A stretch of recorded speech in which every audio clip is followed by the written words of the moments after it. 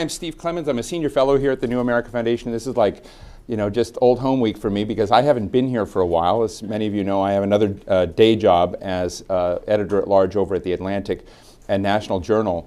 But I do stop by and get my mail, and there are so many friends here today, which is terrific. So I know you're not here to see me. You're actually here to hear the content and discussion between two great friends, Richard Vague, who has just published this week, The Next Economic Disaster, Why It's Coming and How to Avoid It. I like succinct books.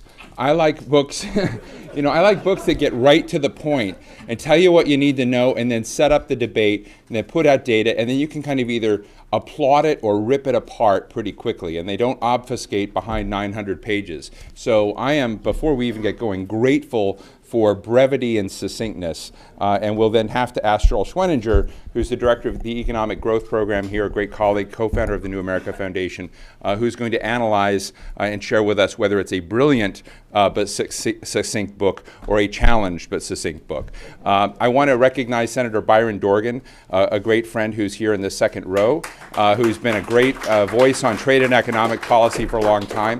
So I just want to tell you all in advance, he's got to get out at 6, so I don't care how many hands goes up, he gets the first comment or question. I won't let him filibuster though, so we'll have to see. But without further ado, please give Richard Vague a round of applause. Richard Vague, I should say, just to put this in context, Richard is, he identifies himself as philanthropist and kind of an all-round good guy.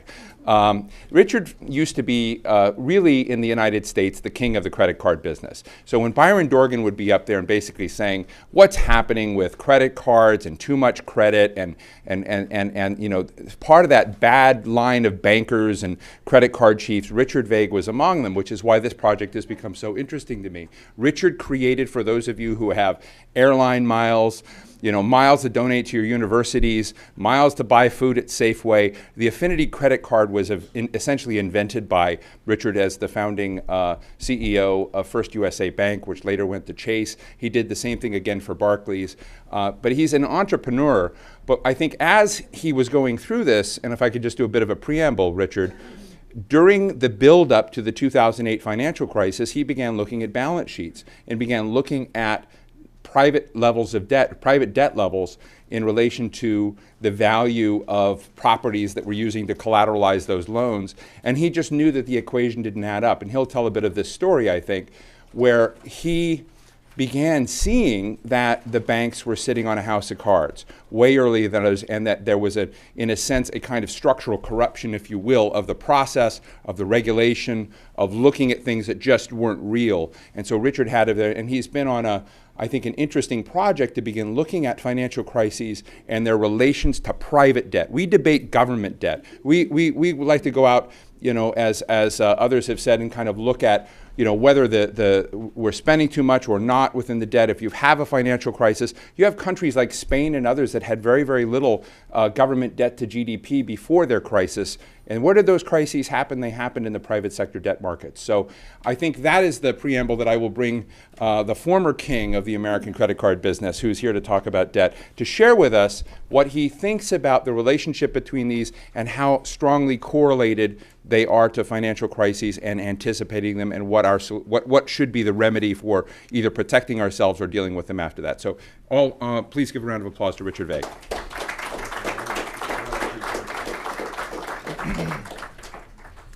I am really, really grateful to be here today and to have all of you here with me. And a special thanks to Steve, who's done so much to help me as I put this book together, and to Cheryl Schweninger, who's done as much or more, and just want to express my real gratitude to you folks. As Steve mentioned, a lot of the debate these days is quantitative easing and government debt and stimulus versus austerity, and I'm going to argue that all those things are secondary considerations to private debt. And to get a little bit more into it, in his book Stress Test, Tim Geithner wrote, "Financial crises cannot be reliably predicted, so they cannot be reliably prevented." And furthermore, in the section on financial reform, which is an extensive legislative accomplishment, he said the goal was to make the system safe for failure. It wasn't to prevent failure. My comments today, I'm going to argue that financial crises can be predicted and can be prevented by focusing on private debt. Now, first, I think it's important to get a context for this. What I've done on this chart is map from 1997 to 2007 certain categories. This is the decade that built up to the financial crisis. And you can see here on the leftmost column, this is the growth in private debt from 1997 to 2007. That number increased by $14.4 trillion in one decade. The market was flooded with the creation of new money, because that's in essence what this is. Federal debt only increased by about $3.5 trillion. The money supply only increased a little over $4 trillion. The money supply only increased about $3 trillion. GDP itself only moved up to about $15 trillion. Some of these other numbers that we hear about again and again and again are tiny in relation to this number. The federal budget, federal taxes and exports. You could have reduced taxes by 10% for each of those 10 years, and you would have enabled $2 trillion to be spent in the private economy. That's a tiny number compared to the $14.4 trillion that was released through this massive buildup in private lending. The crisis of 07 and 08 was caused by a rapid increase in private debt. Here's the mortgage loan market. From 1970 to 2000, that amount grew by about 17% per year in ratio to GDP. Starting in 01, it took off on a rocket ship. It grew by $5 trillion. It doubled in about 6 years. That's a growth rate to GDP of 46%. And it wasn't just mortgages. If you look at private debt in total, and private debt is the sum of business debt and consumer debt, it's about 50-50 or 55-45. And consumer debt, which is around 12 trillion, 70% of that is mortgage debt. Some of these other categories we think about, like student lending, is only $1 trillion. Credit cards are only $600 billion. It's mainly mortgage debt. In total, that number grew in that 5 to 6 year period by over 20% to GDP. Now, businesses and consumers are still highly leveraged. We heard a lot about consumer deleveraging. Consumers have not deleveraged very much by historical standards. Furthermore, we're hearing a lot about how businesses are awash in cash. It's simply not true. If you look at it on a net basis, businesses are net debtors to begin with, and their net debt position is high by historical standards. We're still highly leveraged. Now, if we go beyond the U.S. crisis in 07 and 08, we see that this same rapid 5-year buildup in private debt happened in all of our major financial crises. You see it here in the 20s. See this rapid acceleration in private debt that preceded the crash of 1929? Here we see Japan's crisis of 91. 28% growth in 5 years prior to their crisis of 91. And we'll talk a little bit about what happened after the fact. It was in essence a deleveraging that created deflationary pressure. But the buildup of private debt is what brought the crisis. We see this in Asia in 97. There was a 29% growth in private debt to GDP in Korea in the period before the 97 crisis. You also see this in Indonesia here, about a 43% growth in the 5-year buildup. Now, in every single one of these cases, government debt to GDP is actually benign or improving in the 5-year period prior to the crisis. Here you see this dramatically in Spain. Spain, which of the major Eurozone countries is in the worst shape, and you can see why. There was 49% growth leading up to the crisis. They're now at a level of 216% private debt to GDP, an astonishing number. But look what was happening to the government debt prior to the crisis. It was actually improving in ratio to GDP. Businesses feel flush. Consumers feel flush. They're paying more taxes in a lending boom period. The government is receiving more revenue. Everybody feels like they're winning. When we examine this comprehensively for major economies, now I've taken the liberty to carve out the 22 economies that constitute 85% of world GDP and have $500 billion in GDP each or more. Frankly, 3 countries, Japan, China, and the United States, constitute 40% of world GDP, so it's a real crisis.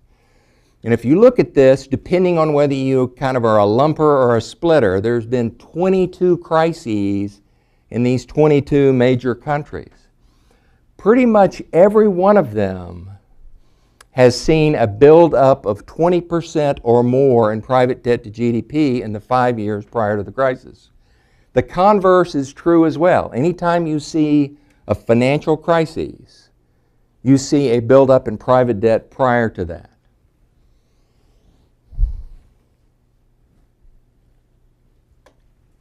Now, there's been a lot of focus on mortgage debt. A lot of folks have said, it's mortgage debt in this particular case. And it was in the U.S. 2008 crisis.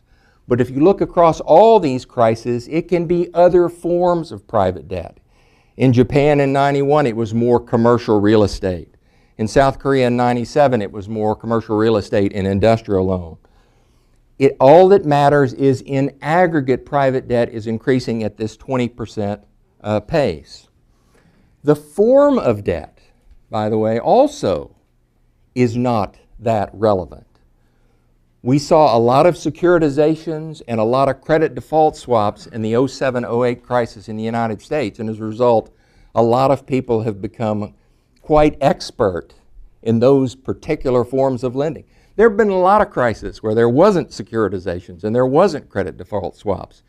It's been other ways that banks have used to sidestep capital requirements. Another thing that I would note is sometimes in these crises you have delinked lending and risk. There's been a lot of commentary on the fact that in mortgage markets, the folks making the decisions about the loans that went into the securitizations didn't bear the risk of those loans, and those were borne by someone else. Well, that's true. And that's been true in a lot of crises, but there have been a lot of crises where that kind of delinking hasn't been that prevalent. The key is tracking the aggregates, and where you have 20% growth in private debt to GDP in 5 years, you pretty much got yourself an issue. Now, why is it that rapid growth in private lending creates a crisis?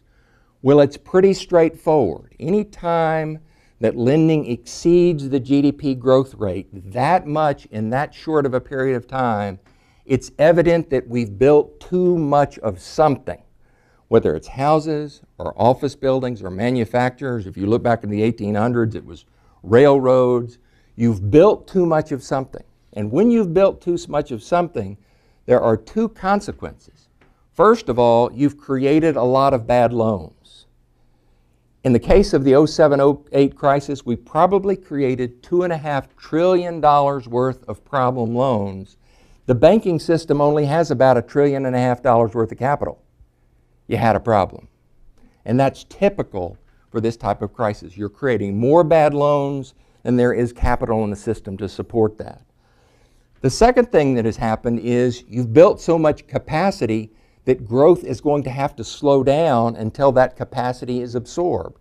If you've built a 4 or 5 year supply of housing, you can't just wave a magic wand and have that disappear. It's going to take several years for that excess capacity to be absorbed. When you have these 2 things happen, monetary and fiscal policy are of limited benefit. Pretty much all the discussion has been about monetary and fiscal policy. Quantitative easing, stimulus, things like this. There's only so much those 2 things can do. They can soften the blow, they can't solve the problem.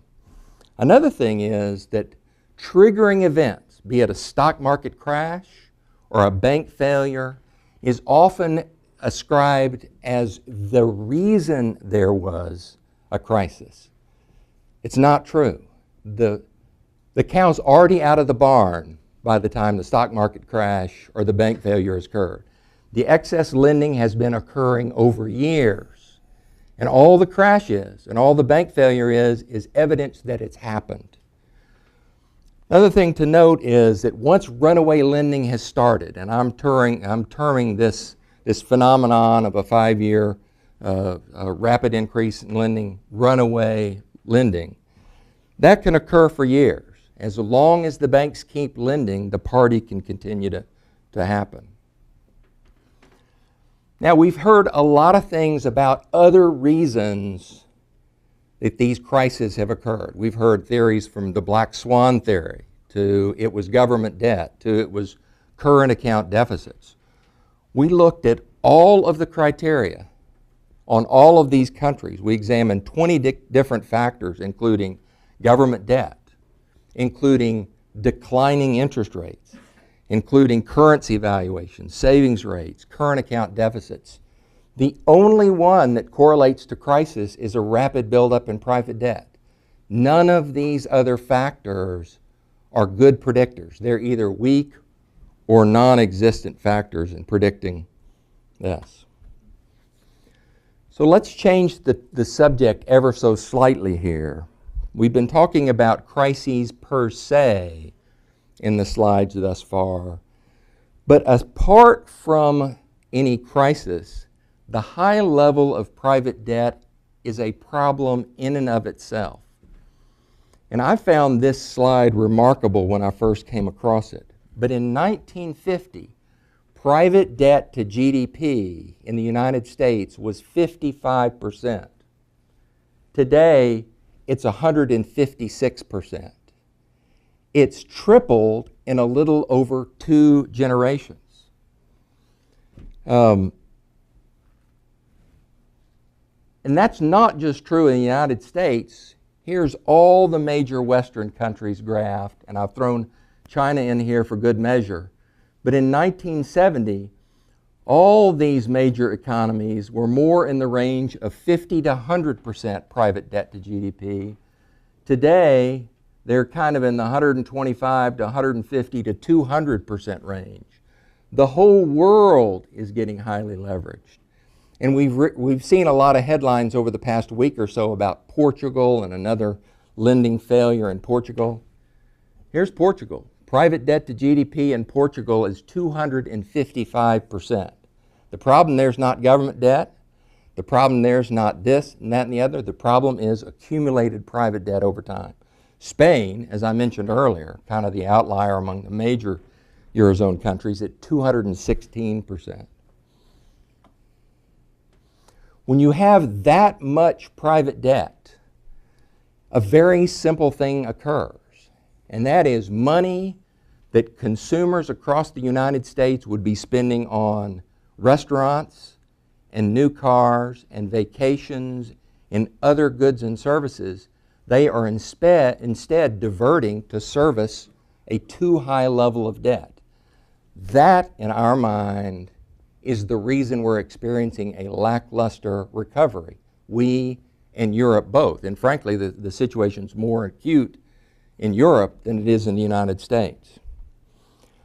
So that brings us to the issue of how do you prevent a crisis and how do you repair a situation where you have too much debt in the aftermath of a crisis.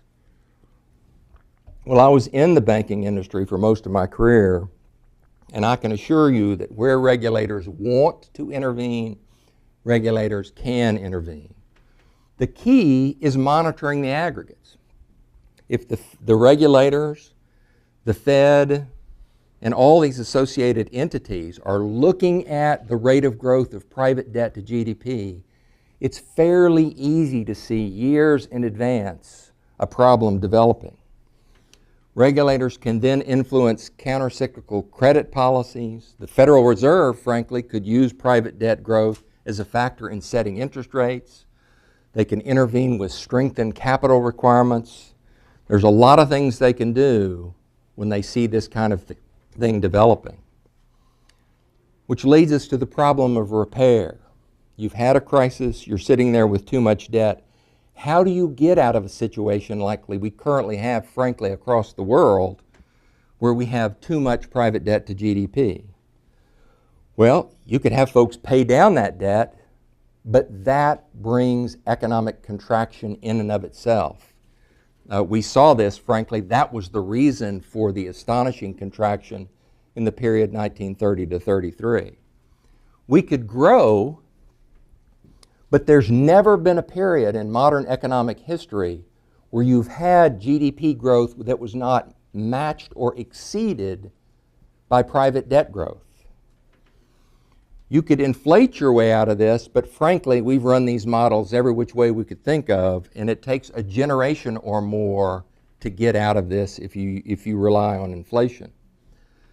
That only leaves one thing, by process of elimination. That's restructuring debt.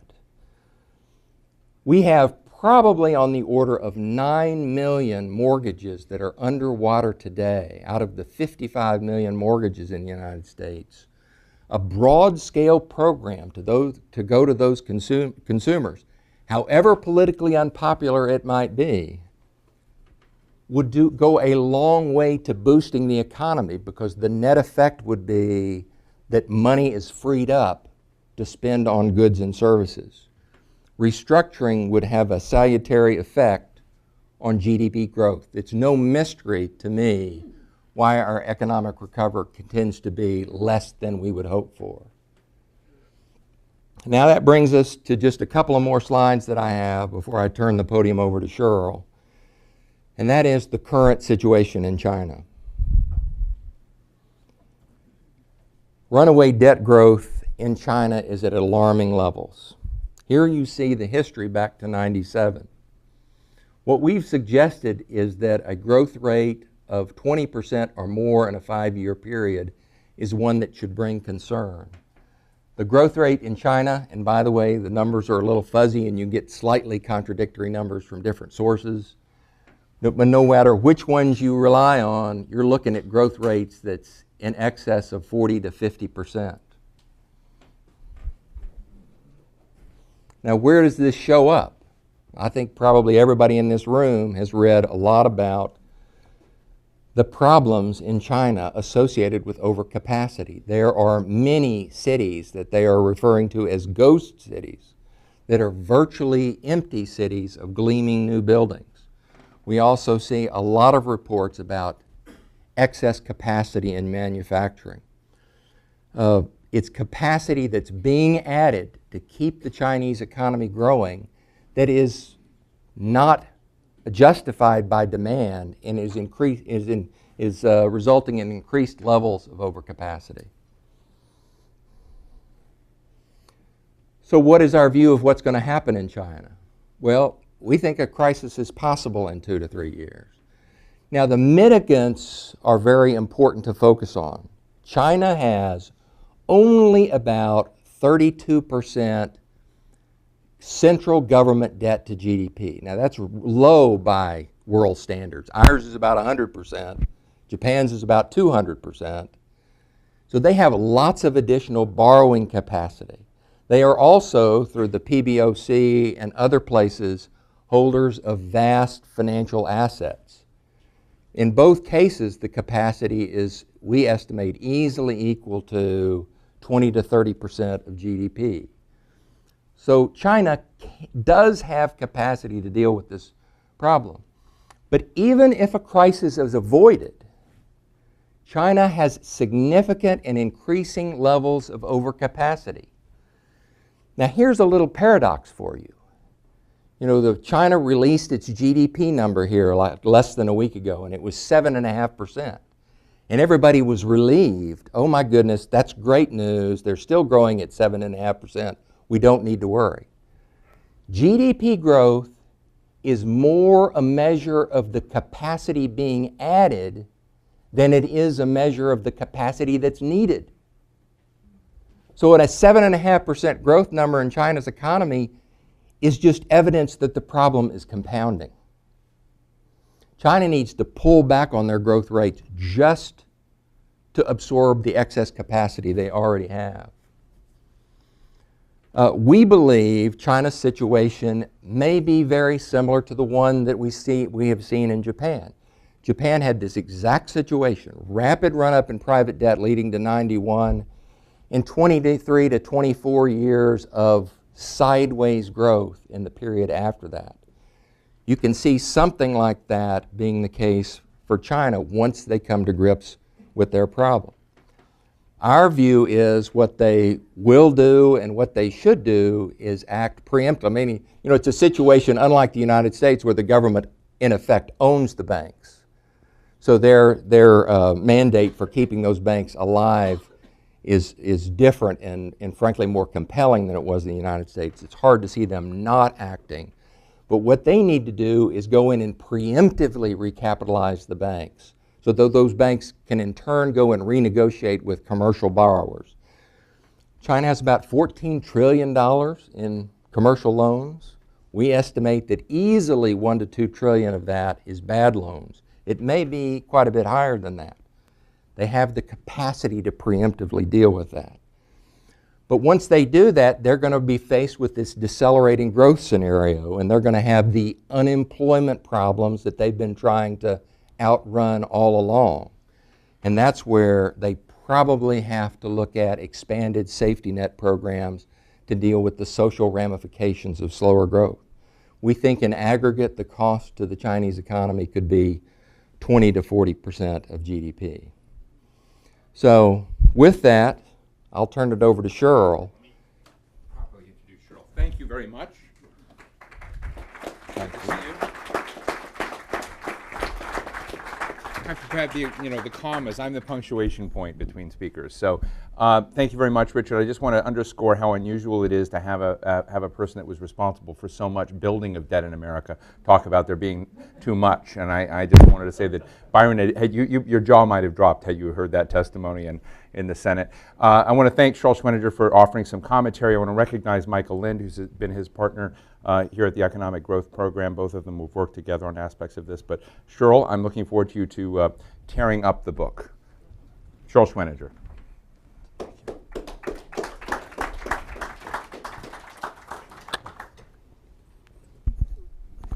Thank you, Steve, and thank you, Richard.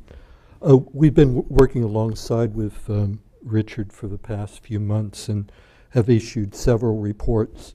The title of one is on the slide here, America's Debt Problem, how private debt is holding back growth and hurting the middle class. We also issued an earlier report called The U.S. Economy After the Great Recession, America's Deleveraging and Recovery Experience, and we will issue in the fall a report on the China's debt problem. We actually might begin, if I can manage here, I don't know if, we actually might begin as sort of, I'm not going to cover all this, so don't worry about it. But it's intriguing tease. We might actually begin where Richard left off, which is with China. What Richard didn't say about the 7.5% economic growth, he made the very important point that it's adding additional capacity to produce that. But what he didn't say was in order to get that 7.5% growth in this past month, China had to expand its credit at the highest rate it's expanded credit for 6 years, meaning you had an enormous expansion of credit that took place in the May-June period, which enabled it to reach its growth targets. And this is the essential problem of China's debt problem, which is a problem for most economies that are facing debt problems, namely that it takes an increasing amount of credit growth in order to get a certain amount of GDP. Ruchir Sharma of Morgan Stanley has estimated that what we call the credit intensity of China's economy has increased nearly fourfold since 2008. So in a nutshell, this is a problem that in order to get 1 unit of GDP, they have to actually have 4 units of credit. And you can't go on for an endless period without running into a major problem. Now, what's important about Richard's book is that it actually deals with two kinds of debt disasters or economic disasters. One is the acute debt disaster that we talked about, that Richard spent the first part of his presentation on, which deals with these acute crises that emerge from runaway credit. And in working with Richard on this, I think he's come up with probably the soundest criteria of any of the studies that I've seen in being able to construct an early warning system. But if you remember when Richard said we'll change the subject just a little bit, that changed from the acute debt problem to what is a chronic debt problem.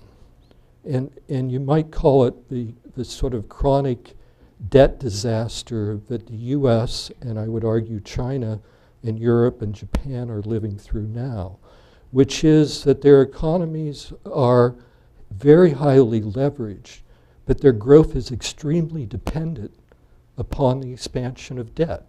So this is one of the most revealing. Richard had his revealing graph, and Richard has this graph too. It was holding back some of his ammunition on this. But what is important to look at is that beginning in the late 70s, early 80s, the divergence that began between the creation of debt and the GDP it produced, such that you have this huge gap now. And so this is, we can worry about the rapid accumulation of debt, but we also have to worry about the fact that if debt doesn't produce GDP, it suggests that something much more serious is wrong in the economy. And this is the chronic debt disaster that Richard takes up in his book when he talks about the paradox of debt. American households also became dependent on debt. This is a chart of the household debt to disposable income. You can see in order to maintain living standards, households had to take on debt to maintain their living standards. So this is our essential argument about the chronic debt problem, is that it takes more and more debt to produce GDP. So in the 90s, it used to take $1.79 of debt, additional credit, to produce $1 of GDP. That jumped into the 2000 to $2.78. Then with some deleveraging, we've moved down to $2.40, but it's increasing again. Now this is less than China's inefficient economy, but it's very, very worrying over a period of time. Now, so it suggests that something more fundamental is wrong. That our debt problem is not just the fact that we suffered from an acute financial crisis, but that we have a more serious debt problem that signals that something's wrong in the economy. It's a debt-led growth. It's a debt-dependent economy. Debt-led growth has led and has been associated with big investment booms and busts. So something's wrong with our financial system, because we constantly repeat the huge misallocation of capital, which, as Richard pointed out, adds capacity that has to then be worked off or written down. So debt-led growth has led to big investment booms and busts. It also has coincided with income inequality and wealth inequality, suggesting again that we have a problem whereby we're having to create debt in order to sustain demand and living standards. It's also coincided, obviously, with the decline of labor's share of income. In a slide I didn't put in here, it's also coincided with growing current account deficits, meaning that in order to be able to provide demand for the rest of the world, we have to create debt to do so. Ultimately, it's led to what we call a plutonomy, an economy dependent on very high-end consumption. If you can see, the consumption share of the top 5% has grown dramatically over the last approximately 2 decades. Now the question, this is our other report, U.S. economy, is whether anything has changed as a result of the crisis. Our answer is generally no, that we've seen, as Richard's pointed out, that real GDP growth has been weighed down by deleveraging. This is the weakest recovery, although the one after the tech bubble was also very weak. So, so the argument that nothing really has changed in the debt-dependent model, real wages remain flat, which means that people still must be able to borrow in order to sustain living standards or consumptions. Private sector growth has been mainly in low-wage jobs. Medium household income has fallen even with the recovery. Private investment has only rebounded modestly, so we have not been able to have a new investment-led growth as well. Government, very critically, investment has fallen, which has been the weakest part of the recovery. Manufacturing output, employment, in spite of the very encouraging signs, remains below or at 2007 levels. This was put out in April, so it may have, I think it surpassed it for a little bit. And we've only had a modest improvement in exports. So the overall sort of fundamentals have not improved. Meanwhile, we've had essentially I think I missed a slide here. Essentially, I missed a slide in putting this together. We've had essentially a wealth-driven recovery, a wealth and debt-driven recovery, because overall leverage is very high. So the stock market has done very well, but inequality has increased in the process. Now the problem I see, now it's not going to happen in the acute way that Richard says, but there is a process underway whereby we're getting growth again only because we're adding debt. So this is one of the more worrying charts.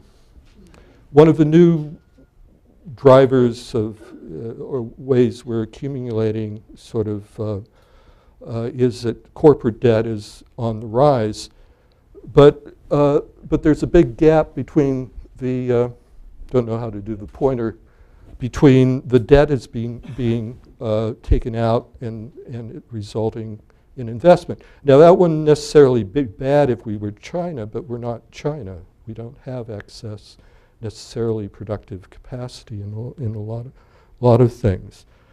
I know Michael Dannenberg and both Richard don't believe student loans as an aggregate are a major problem, but nonetheless it's one of the forms. If you look at the creation, what credit has been created, the two areas are most prominently are student loan and auto loans. Yes, the numbers are relatively small. They're not a mortgage style, but they're symptomatic that families are using auto and student loans as a way of filling gaps in their income.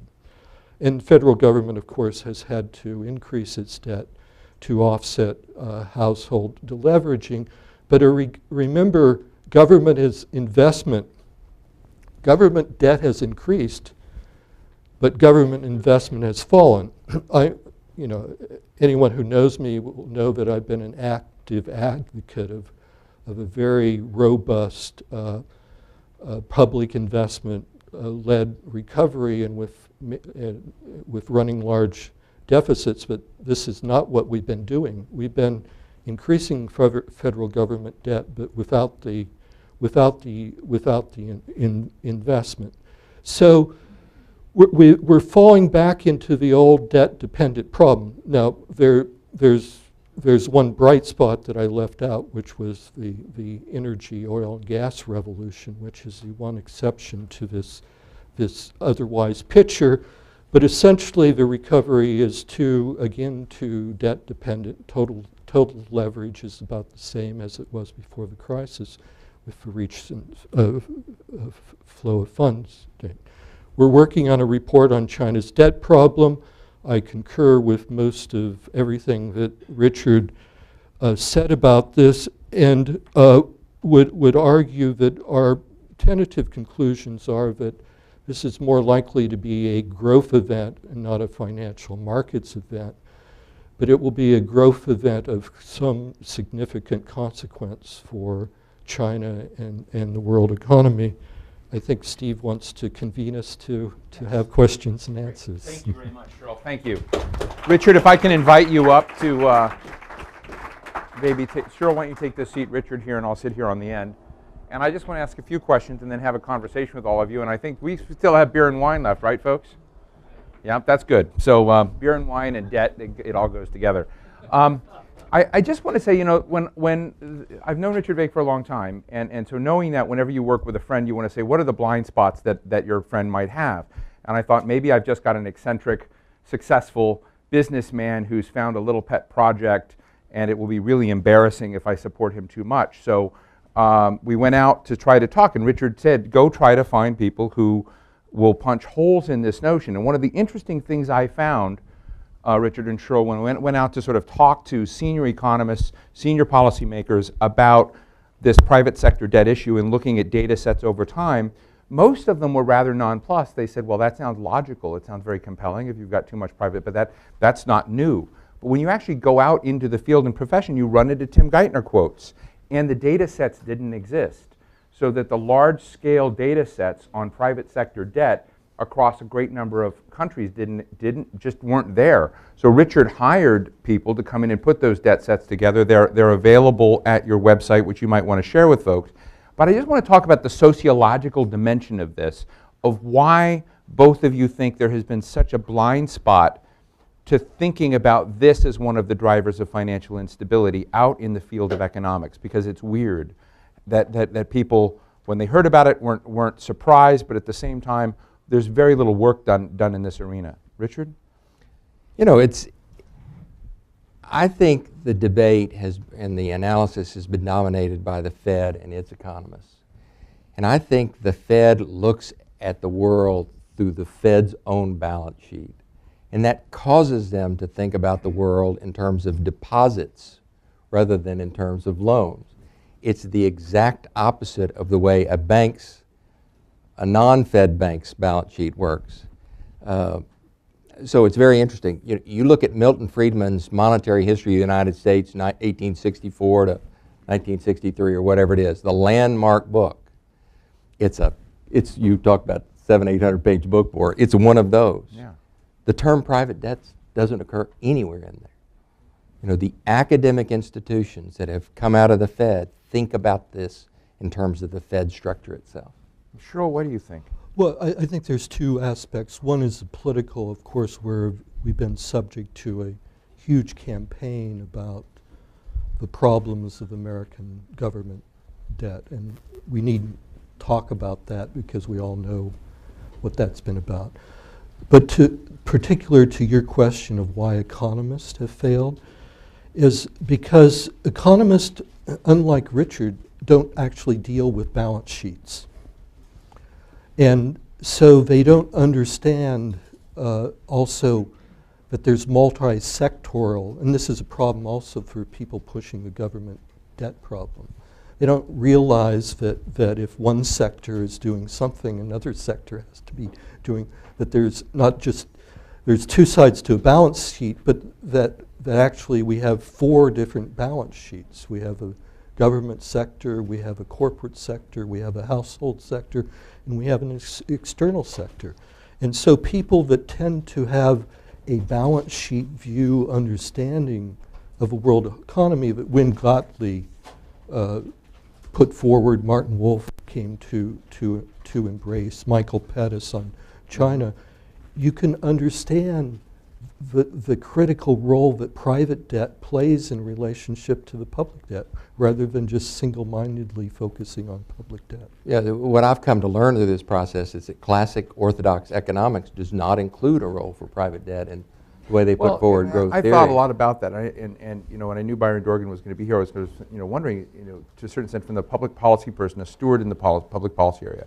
When you think about the equation, you've got the, you guys in the banking sector basically kind of belly up, and I'm sort of asking, how did that happen? It happens because most people think that invisible hand economics punishes bad behavior and rewards good behavior. Smart investors and smart stewards of the, so that's in the private sector, and it's one of my gut feelings as to why we haven't thought about this, because you've got a clearing house in the private market that largely takes care of it, unless you have a very big event that then draws in public interest questions of what do you do to step in and save General Motors, or what do you do to come in and stabilize it, thus tax dollars then get into the mix, and that drives a lot of people then to politicize that, because all of a sudden they're now in the game, but they weren't in the game before. And what you're saying is, as we build up, there are a lot of these behaviors that are replicable. I remember in the build up on when Dean Baker and everybody was out there and saying there's a bubble building, you'd go to the World Economic Outlook meetings or the IMF Spring Bank meetings, and they would say, well, in 35% of cases like this, it's a bubble. But that's about all they would say. And furthermore, they wouldn't. But it's interesting. The other element... I got to do one other thing. Yeah. We sent this manuscript in an early version out to 8 economists to comment on, and got lots and lots of helpful comments. But the best was one from a very orthodox economist that just trashed the manuscript and said, there is no basis for Vague's wild assertion that debt has anything to do with growth. Quoting. and here I've spent my whole career thinking, if you're going to grow, you build a factory and you borrow to build a factory, and debt is in fact integral to growth. It's interesting. The other question I have is a very thick book, in contrast to this one, is basically the history of debt by David Graeber. And in there he talks about, in ancient times, about there being a jubilee, the forgiveness of debt. And so one of the other shockers as I got to sort of watch your evolution is that whether you call it restructuring of debt, it really is a forgiveness of debt. And Richard went to a number of the Federal Reserve banks and met with economists attached to them, and they would always go, if you do that, you open up a moral hazard problem. And I'm interested because I want to make this political too. We had a major financial crisis with structural corruption a key piece of it, and you bailed out elements of that equation, but didn't bail out many of the loan holders in the middle class, because that would create a moral hazard risk for the future. Why didn't it create a moral hazard risk for the future with the other parts of the equation that got bailed out? And like in the Jubilee case, isn't this a sort of case that calls for an exceptional response? Because that debt that just lags out there as it is now has to be a ball and chain around growth, right? It has to be so if you were to bring it down and structure it to real values, you could kick back into growth probably more quickly. So tell me where I'm wrong. Richard, go ahead. Go ahead. The moral hazard question is one that's there and it's real and it's on everybody's mind. I mean, I go talk to the bartender down the street about this theory and say, well, and one of the things we need to strongly consider, and by the way, we need to strongly consider it way more in a place like Spain or Portugal, where the need is acute, than we do in the United States. But let's just start with the United States. But and the minute I mention the idea of restructuring an individual's mortgage, the reaction is immediate and visceral. That's not fair. And that's right. It isn't fair. Nor was saving the banks fair. This, if you're talking about a country where private debt to GDP has grown from 55% to 150%, 6% in 2 generations, and you want to fix that problem, you're going to have to deal with moral hazard issue. It's the least bad choice. In ancient Jewish communities, they did it with this Jubilee. They did one kind of debt erasal, and then you started over again. So why not consider something like that? This is the crisis of capitalism now, or the crisis of the world economy, because if you look at it, every major geo-economic region economy is now highly leveraged, probably more so than it can, and it will be, according to Richard's analysis, a drag on growth. And so Well, I would favor Richard's debt restructuring and debt forgiveness at the micro private level, to the extent that we can make the political case and the fairness case. But we are also going to have to deal with this at the global macro level. And the case, therefore, the global macro mechanism of getting rid of a lot of this debt is actually to extinguish it at the federal level through the U.S. Using the U.S. Principal reserve currency and its exorbitant privilege to do so. Unfortunately, the politics to do that is blocked. But if we are not able to, in a sense, extinguish a lot of this debt over the next 5 to 10 years, the world economy is going to be dragged down and in a very difficult position. If you look at those leverage levels across Europe, across the United States, across China, across Japan, across Korea, wherever you look. Is anybody seeing if the markets are falling right now based on Cheryl's comments? We'll have to run out and see. Let me open the floor to comments and questions. Paula Stern. Do we have a microphone for folks? Sydney is going to run the microphone. Paula Stern. Thank you very much, and thank you very much for sharing your thesis. I had the privilege of hearing the presentation as you were working on it, and came away completely concerned about China as the most imminent source of the next crisis, and therefore thinking that we were going to spend today talking about China and what it ought to do. But this discussion just suggests that it's really, if U.S. doesn't resolve in a manner the private debt in which you describe it, that is the greatest threat to global economic future.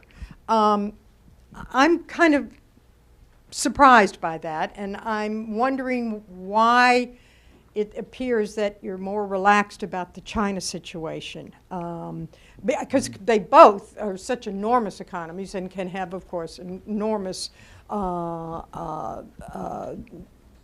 vicious impact on the world economy, however we resolve this private debt issue.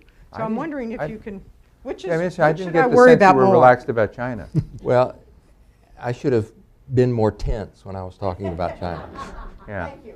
And in fact, we're doing some work now for a follow-up. I don't know if it'll be a follow-up article or follow-up book. We're trying to go deeply in to the China situation right now and see exactly what the linkages are to the rest of the world, both trade and debt linkages, so we can pre-map what we think the contagion might be for an issue in China. But if you think about the history of the last several decades, Japan was under-leveraged and they got over-leveraged in '91. The U.S. and Europe had low leverage and we've gotten over-leveraged in '07 and '08. The only place left that was driving growth in any material global way was China. Now they're over-leveraged. Everywhere you look in the world where you have major economies, we have too much debt and too much capacity. It's the worst scenario for growth as we think about it over the next generation. I mean, if I may, one of the interesting things about the U.S. side is while aggregate levels of private sector debt remain very, very high, there's this sort of myth or belief that there's been significant deleveraging. There's been modest deleveraging, but not significant deleveraging. So the aggregate remains there. And what I worry about is not necessarily another crisis or a bubble bursting as much as how do you get, I worry about the middle class. And when you begin looking at those charts in the 1950s and 60s, and you see that rise of leveraging was associated to building out capacity, and the middle class had its best heyday in this country. And today you've got lots of capacity, very high levels of debt, and eroding middle class. And so if you put it into those equations, that is what I worry about. That's a different kind of structural crisis in my view. Paula, I want to go to Senator Dorgan. Let me add a point quickly. Paula, you're quite right to worry about China from a growth point of view and its implications. And one of the reasons why you're if you remember my chart where China's credit intensity has increased to 4 to 1, that understates it because, see, China free rides off of world demand. So China's growth is actually even more dependent on debt dependent than just its own creation of debt, because it relies on the US and Europe to create debt to buy Chinese goods and services and products. Therefore, China is actually more debt dependent economy than the US or Europe is. Mm-hmm. Therefore, it's potentially going to suffer a much deeper and protracted blow to its economic growth as a result of this double reliance on debt. Senator, did you have a question, comment?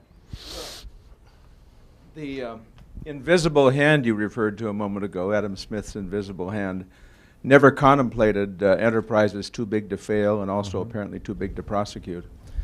And that's tweetable. I was I was thinking about, I was smiling because I was on 2 airplanes last week, and on both of them, flight attendants went up and down the aisle passing out applications for credit cards. That's the business he started. That's right. That But program was my program. in Congress for 30 years, we had a lot of economists and businessmen and women come in front of us. And this is an interesting idea that, and I don't know whether you're right or wrong, but it's very interesting and I think merits a significant discussion. I'm also mindful of the analyst on Wall Street who apparently predicted 10 of the last 2 recessions. So, it's easy to spell disaster ahead, but I think this is a useful discussion to have. And I wanted to ask this question. Had you had a chart from 1950 to 2014 overlaid with profits of the financial service industry and growth of that industry, and a tendency to, number one, wallpaper every college kid's room with credit card applications, kids that didn't have a job and didn't have any money, or went to Jamie Dimon at JP Morgan and said, can you ease up just a bit on leveraged buyouts, on mergers, on financing hostile takeovers? Wouldn't that be antithetical to everything that exists in the financial service industry today? And I happen to know how much muscle that industry has in this town. I wrote a book about it. So how does one deal with that? Well, you're exactly right.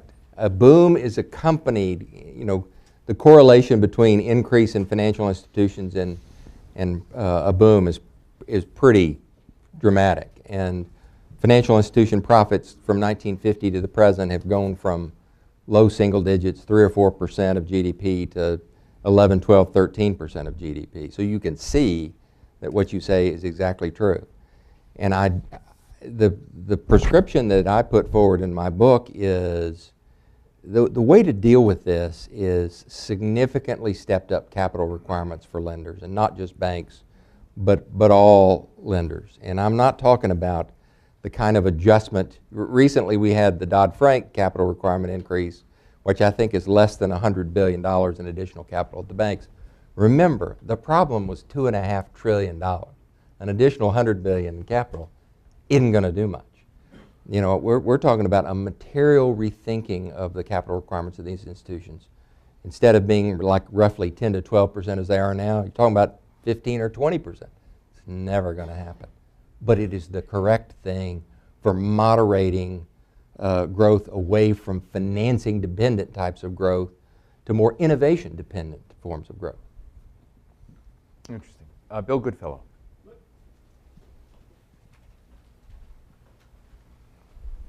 Thank you. Let me speak to the other side of this. We Americans love credit. It's like a cultural thing. We're addicted. In 1950, I don't think credit cards existed. You bought a car for cash. Our parents wanted a house. They saved money until they had enough money to build it. Now, we love credit. We live on credit. Nobody buys cash. Go to a restaurant, nobody pays cash except maybe at McDonald's. And so it's a cultural thing. And there's almost like a disconnect between what you want and actually paying for it, because it doesn't happen for a couple of months down the line. And credit card debt is about 21%, I think, so it's not very sensitive to interest. So you're really talking about a cultural change on the part of Americans. And you want a Buick with leather seats, it just adds a few dollars more to your payment. So there's a real cultural problem. How do you get around that? I got it. You're one of my very favorite people in the world, and the work you do in your think tank is superb work, and I've benefited from your work. So I must, with great trepidation and with great respect, disagree. I don't think any of this is a moral problem or a moral failing. We reconstructed debt going back to 1800. We've reconstructed the debt profile of the United States going as far back as we could piece together records. Debt has always been a mechanism, as Steve implies by his earlier comments. Debt was a big part of what was going on in Babylon and Egypt and France before the debt and the use of debt is not new. And I don't think we can change human behavior. I think the solution is more the amount of capital we require our lenders to set aside for emergency.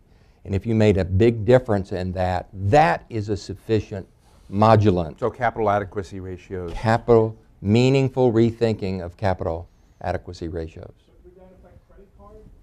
That would include every kind of debt you can think of, if it's structured properly. I think, Bill, one of the things that is implicit, I think that before this, so if you're back in the 1980s or 1985, before you'd have that divergence from credit provision to whatever, believe me, my parents were addicted to debt, and you had lots of folks out there. So that characteristics was as true then. The question is what structurally changed to create so much more, and that's what Byron Dorgan was getting at. I think banks learn how to sidestep capital requirements.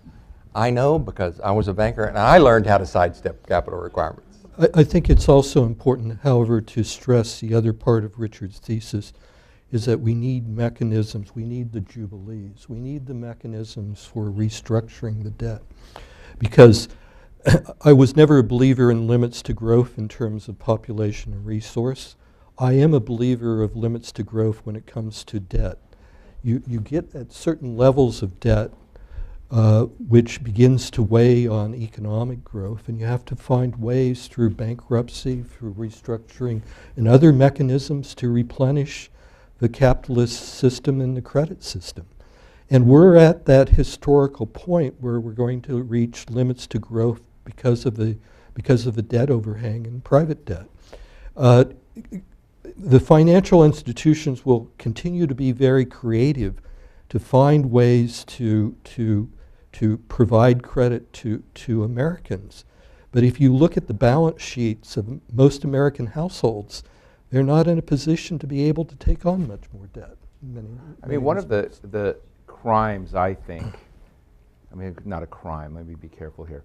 One of my great disappointments in the Obama administration and the United States Senate, I had no expectations of the House, but when the financial crisis occurred,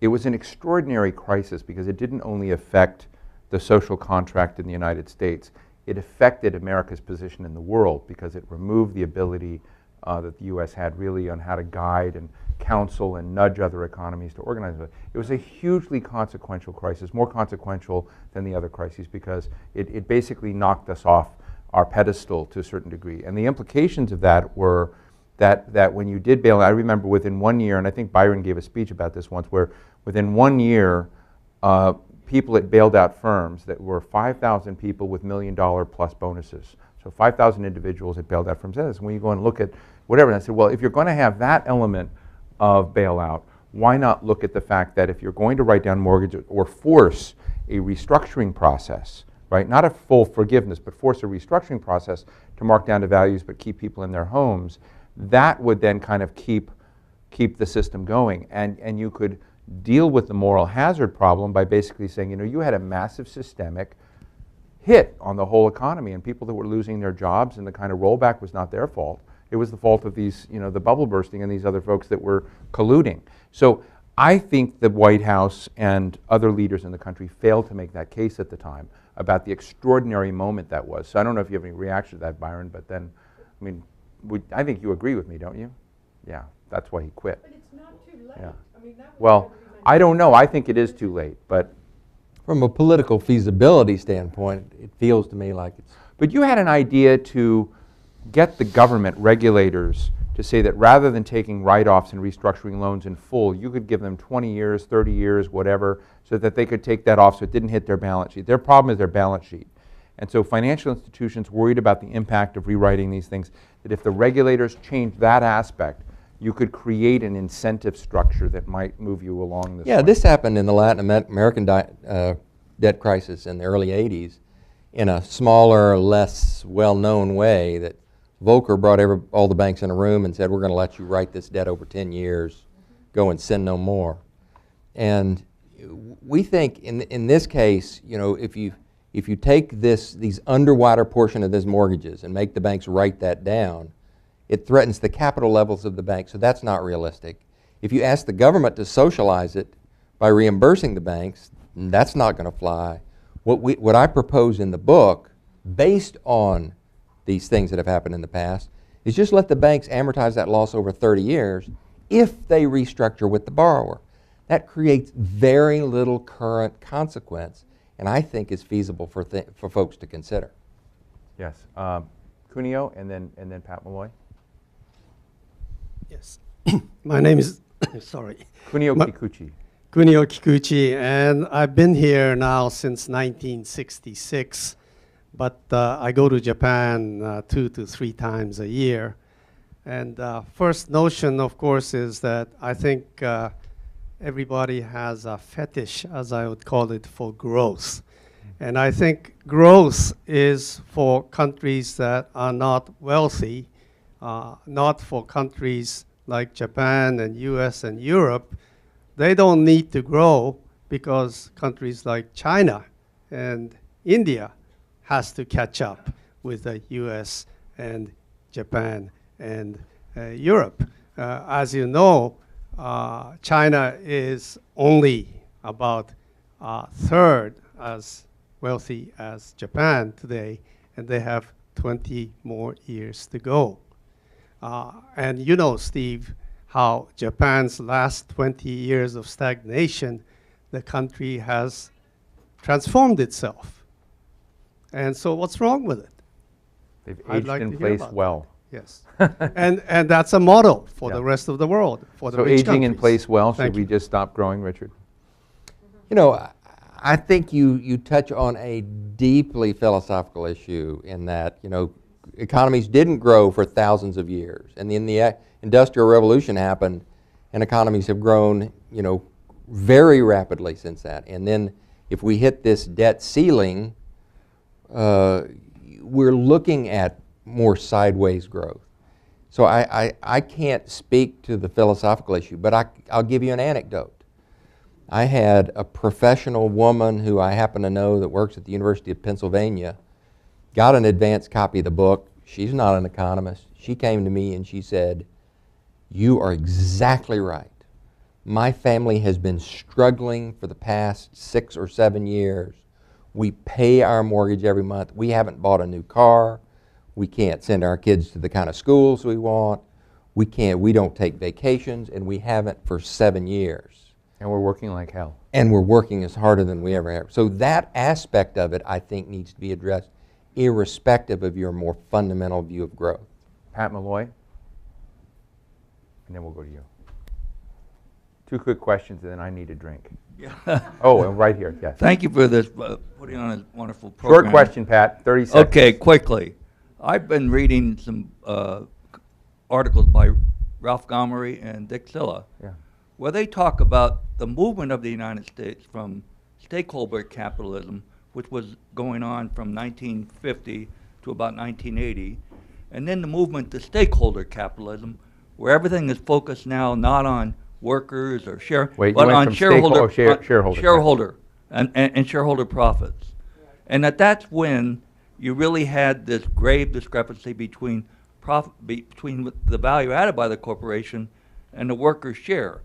And then the need to borrow to maintain a lifestyle by the workers for what they're no longer earning.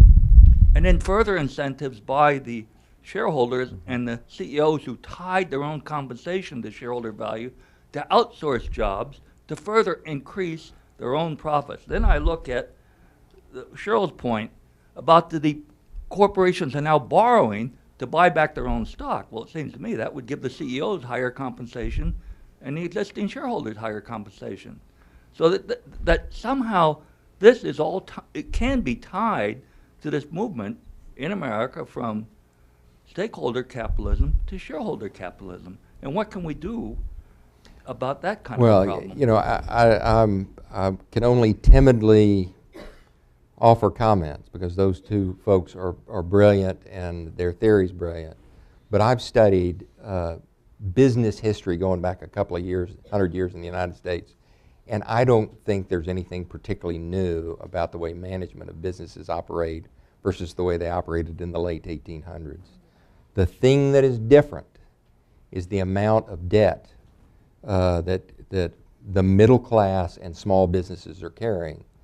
You know, if you think about the immediate post-World War II period, we didn't have enough capacity in the United States, and we had very low levels of debt. That's a perfect formula for the rapid rise of the middle class, because we got to build capacity, and we have a lot of room to finance it through debt. That, to me, is the history of the 50s and 60s in this country. Today, we have, in essence, the opposite scenario. We have more capacity than we need, still, 6 years later, especially in housing, and we have historically high levels of debt. That's the worst scenario for the expansion of the middle class. Right here in the middle.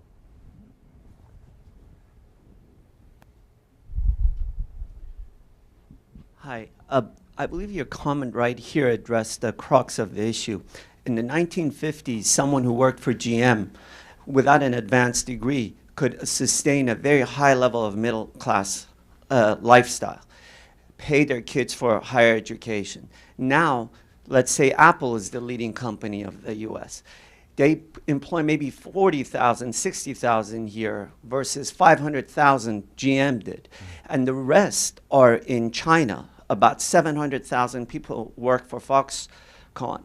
And very soon, Foxconn is going to come up with robots that are going to even replace the Chinese workers.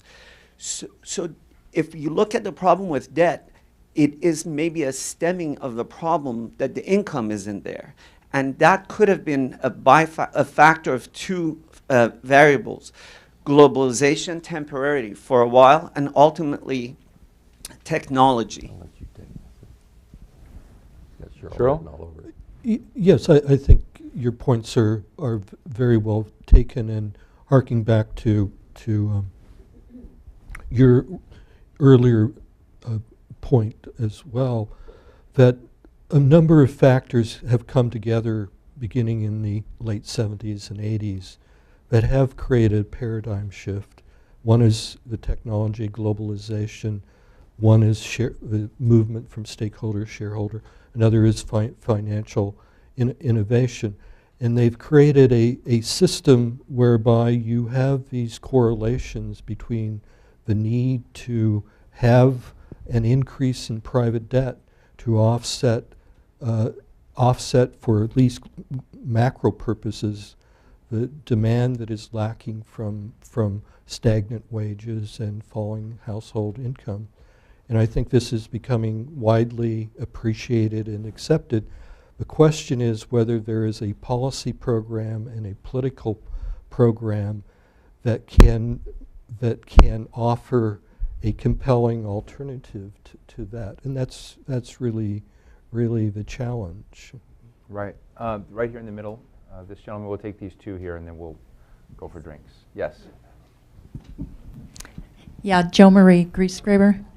I wanted to ask you how you would address the distribution issues in the United States. You say there is inadequate demand. Now, you touched on the wages, but what we're seeing is that the resources go to the financial sector rather than to wages. And I guess it's a political question I'm asking. How do we rebalance? Rebalance and wrest control from the private sector who buys our presidential candidates, and then we get a choice between two bad options or two very limited. What is your response to Piketty? What's your better idea than Piketty? How's that as a question? Richard? Again, I'm currently reading extensively in the history of the United States in the late 1800s, and I don't feel anything that's going on today is unfamiliar territory for our country. And this is kind of the way humans behave and so forth. The difference. Did you get the greatest disparities of wealth in the late 1800s? Well, there was a couple, but remember, in the 1800s, we had a crisis in 1819, 1837, 1853, 1873, 1893, 1906, et cetera, et cetera. It happens. As soon as the lenders forget what making bad loans does, you get another crisis. I don't want to sound like a broken record, but debt, the increases in debt is a form of demand. And if you're coming from a low level of debt, as we were in the 50s and 60s, that was extremely healthy and fueled the expansion of the middle class and kind of made this equation work, in my view. And we've got the opposite today. Cheryl? Yeah, well, I think the only way we begin to work our way out of this is by massive public investment at this particular historical juncture. It's the only way to try to square the circle. Part of the problem now. You feel in your bones that we're on the edge of massive public investment? No, we're not. We're actually working ourselves into a new problem, and so that the kind of balance sheet recession is going to give way to a new form of stagflation. Because even though we have this overcapacity globally and still have some overcapacity domestically and we have inadequate demand, we're also robbing ourselves of the supply side future because of both sustained periods. What happens after balance sheet recessions and financial crisis is that you have long sustained periods of underinvestment and private investment for a number of reasons, not only because the financial system is risk averse, but because you don't obviously have adequate demand, so it doesn't drive in investment. But you also have this sort of uncertainty and caution about the future. That does provide some correction if you're solely in a domestic economy. But if you're in a global economy where other countries aren't adjusting, where they're continuing to add capacity, then you can find your lack of private investment and public investment leads to deteriorating productivity capacity and productivity growth in the future. So we're in the process of a transition from creating this, from moving from a balance sheet recession and subpar growth that is driven by inadequate demand to one that is also limited by our supply capacity. Because partly we're also misallocating enormous amount of investment now that's going into social media companies and certain kinds of bubbles mini bubbles on the stock exchange that aren't adding any real future growth to the American economy. The Atlantic Media Company is nonetheless happy with that trend. Let me take this gentleman here for the last comment, and then we'll have drinks, everybody. You can bring your question. Yes, go ahead. It's John Graham, and John Graham. I'd sort of like to reflect off this gentleman's question, and to take the counterpoint, nobody put a gun to your head and ordered you to borrow money, right? So I appreciate that the government bails out Goldman Sachs and not the middle class. But what about the role as a perpetrator of this? You know, the student loan market is socialized, the mortgage market is socialized, the Fed owns all, is gorging on Feddy Franny debt. So, I mean, I appreciate, revisiting capital standards, but what about the government as the perpetrator and inducing people's worst instincts to over-leverage their households? Good question. The government, can I just ask you to clarify? So you're saying the government is subsidizing the loan expansion. Yeah. In the 19th century, there was no student loan market socialized. There was no government saying, go to Fannie and Freddie and you can buy a 6-bedroom house. Freelance or railroads. Yeah, I mean, we get the question, a lot of folks, are inclined to blame the government for being a catalyst. Is that a fair way to say it, to this? And, again, looking at the 22 situations where we have data, there's a lot of times that the government is a catalyst for this thing. But there are occasions where the government not a catalyst. I don't think bankers necessarily, our lenders necessarily need someone to incent them to want to lend more and more. You know, that's just that's how you win in that game. So, you know, I think it's true either way. And the other thing I would note is it's really hard when you really get inside it, whether it's in the late 1800s or the 1920s or 2014, to really completely separate government and business. They're very entangled no matter where and when you look in history. The examples you provide raise another issue, which is there's two competing important goals. One is to democratize access to credit and capital and how best to do that. And the other is how to properly regulate finance and avoid moral hazards and over lending and over borrowing. And I do think it's a problem when we, Michael Lind in our Economic Growth and Next Social Contract has done a lot of work, and also we published an important paper which called Pledgeocracy. Whenever you subsidize the private sector to do a public good, you develop problems of unintended consequences, so to speak. And so you know, trying to subsidize private institutions to lend to students, I think, is a mistake. Providing grants and direct loans at very low cost is not so. If you want to subsidize housing, let's do it in a way that doesn't subsidize the lenders. Therefore, you can democratize credit and at the same time maintain the sort of fiscal and regulatory discipline that is necessary.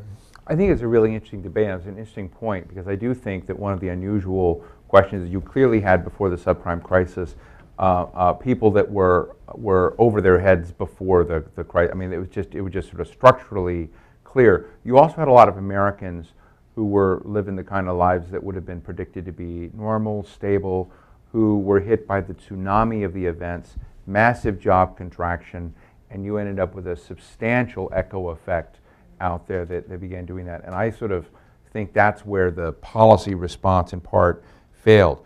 But I'm so pleased that we had this discussion, because as we've been chugging along for a couple of years on this, I've been, you know, interested in the economics profession, and people that had just not paid much attention to these private sector debt behaviors, and then looking both at this equation of the overall aggregate level of debt, which, just to remind, is about over 150% of GDP, is a screaming red light, combined with the rate of growth of that GDP. So you can be up there for a long time if you're not growing, and maybe you can kind of inch your way out of it.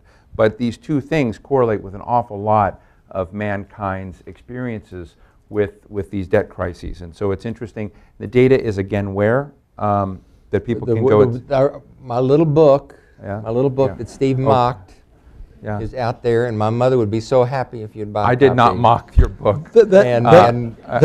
That book is the same size as John Kenneth Galbraith's fantastic book on financial bubbles. I feel so much better now. Yeah.